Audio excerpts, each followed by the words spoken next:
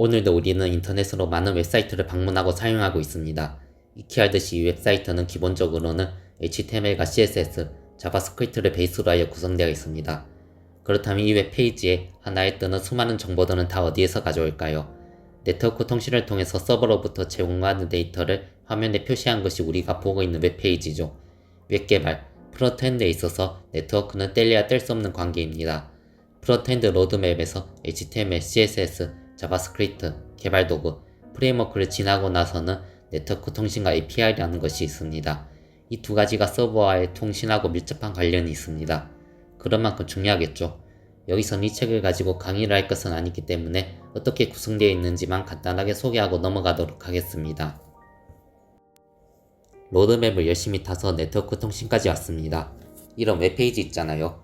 겉으로 보기에는 로딩 조금 한 다음에 짠하고 뜨는 것처럼 보이지만 백그라운드에서는 네트워크로 통신하며 수많은 데이터를 굉장히 빠르게 주고받습니다.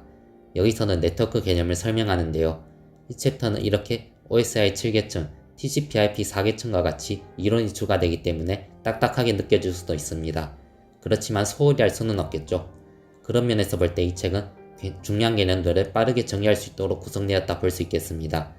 이 책은 깊이 파고드는 게 목표가 아니라 전체, 숲을 보는 게 목표니까요. 이 챕터부터는 개념 설명이 주를 이루고 있기 때문에 영상에서 미주알, 고주알 설명하는 건 큰 의미는 없을 것 같고 이렇게 구성되어 있다는 점만 간단히 짚고 넘어가겠습니다.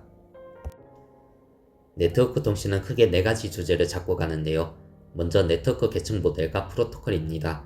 계층과 프로토콜에 대해서 설명하겠구나를 알 수 있죠.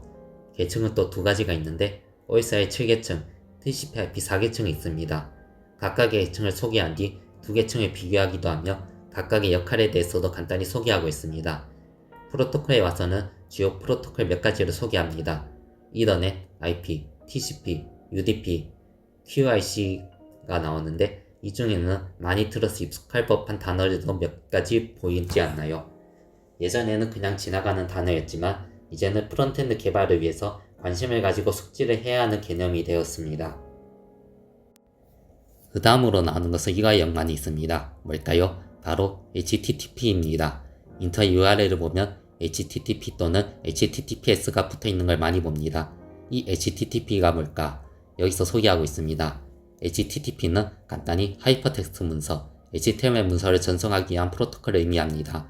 HTTP는 이런 식으로 클라이언트와 서버 간의 통신에 관여합니다. 이런 과정에서 요청과 응답에 생기는 메시지를 소개하고요. 요청할 때는 요청의 목적과 종료를 담아서 보내는데 이를 HTTP 메서드라 부릅니다. 요청을 받았으면 요청에 대한 결과를 응답 메시지에 넣어서 보냅니다. 책에서는 어떤 응답 메시지들이 있는지를 보여줍니다. 그리고 HTTP와 비슷한 HTTPS라는 것도 있습니다. 이에 대한 개념도 책에서 간단히 짚고 넘어갑니다. 나머지는 책을 통해 확인하시고요. 네트워크 다음 주제는 API입니다. 몇몇 사이트를 가보면 API를 제공하겠다고 한 것들이 몇몇 보이는데요. 이런 것들도 API의 일종이죠. API도 프론트엔드에서 중요한 역할을 하는데요. 간단하게 말하자면 다음 그림과 같다 보면 되겠습니다. 애플리케이션과 서버 사이에 있어서 중간 역할을 해주는 도구다 보면 되겠습니다. 당연히 처음 나오는 개념이니 개념과 특징을 다루고 있겠죠. API도 하나만 달랑 있지는 않을 겁니다. API도 여러 종류가 있는데 각각에 대해서 소개하고 있습니다. 그 외에도 API 디자인 패턴, API 호출 방법 등을 쭉 소개하고 있습니다.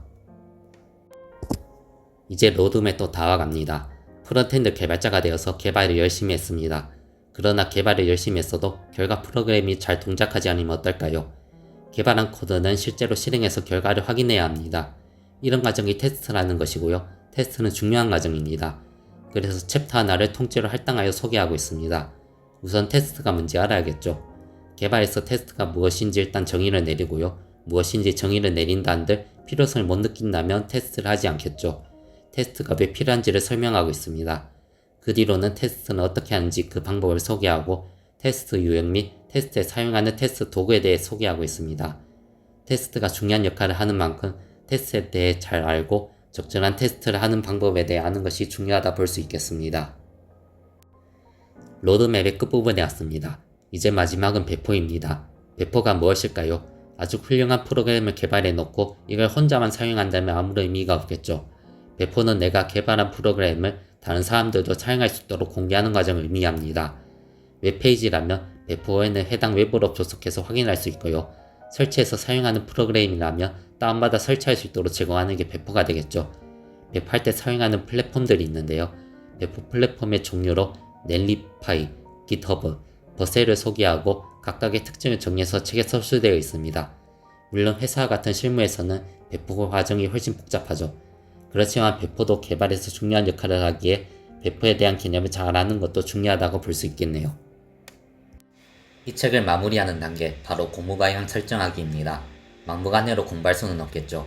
특히 개발자로 취업을 하고자 하는 경우가 많기 때문에 기업이 원하는 개발자는 어떤 개발자인지를 소개하고 단계별로 어떻게 공부하면 좋을지를 소개하며 자신만의 커리큘럼을 짜는 방법에 대해서 팁을 제공하고 있습니다.